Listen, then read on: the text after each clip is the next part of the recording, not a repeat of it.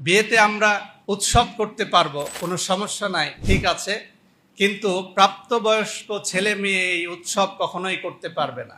এই উৎসবটা করবে হচ্ছে বাচ্চারা। বিয়েতে আমরা মিউজিক করতে পারবো, কিন্তু দফ দিয়ে করতে হবে, আমরা গিটার দিয়ে করতে পারবো না। বিয়েতে আমরা মিউজিক ঢোল দিয়ে করতে পারবো না। আমরা এই যে ডিজে বক্স বাজিয়ে যে আজকাল আমরা বিয়ের উৎসব করি, এটা ইসলামে পরিপূর্ণরূপে হারাম করে দিয়েছে। একজন বলেন তিনি কে? আল্লাহ। এটা হারাম করে দিয়েছে। তিরমিজি শরীফের মধ্যে হাদিস এসেছে, আল্লাহর হাবিব সাল্লাল্লাহু আলাইহি ওয়াসাল্লাম বলেন, আ'লিনু হাদান নিকাহ ফিল মাসাজিদ ওয়াজরিবু আলাইহি বিদ্দুফুফ।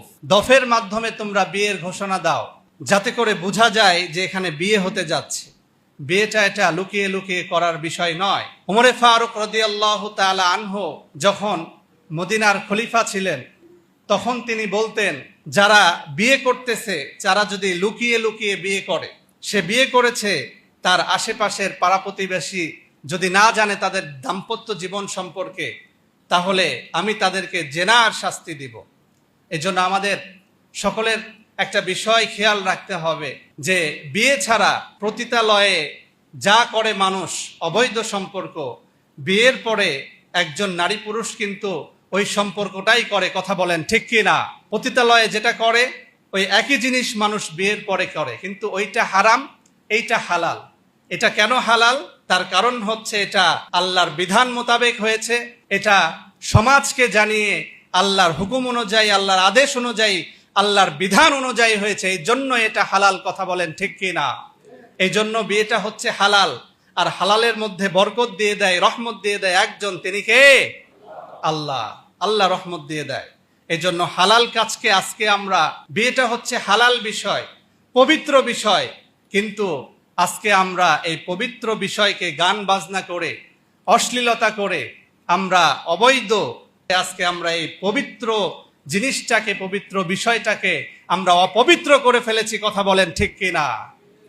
আপনি বিয়েতে গায়ে হলুদ করতে পারবেন, ইসলাম এটা সাপোর্ট করে, কিন্তু এটা নারীরা হতে হবে, সেখানে কোনো পুরুষ যাইতে পারবে না। যেখানে নারী পুরুষ একত্রিত হয়, সেখানে তৃতীয় একটা পক্ষ একত্রিত হয়, সেটাকে বলেন, সেটাকে শয়তান। এই জন্য বিয়ের অনুষ্ঠান করতে পারবেন, গায়ে হলুদ করতে পারবেন, নারীরা আলাদা করবে, ছেলেরা আলাদা করবে, নারী পুরুষ কখনো একত্রিত হতে পারবে না। আর এই বিয়েতে আপনি আনন্দ ফুর্তি করেন, কোনো সমস্যা নাই।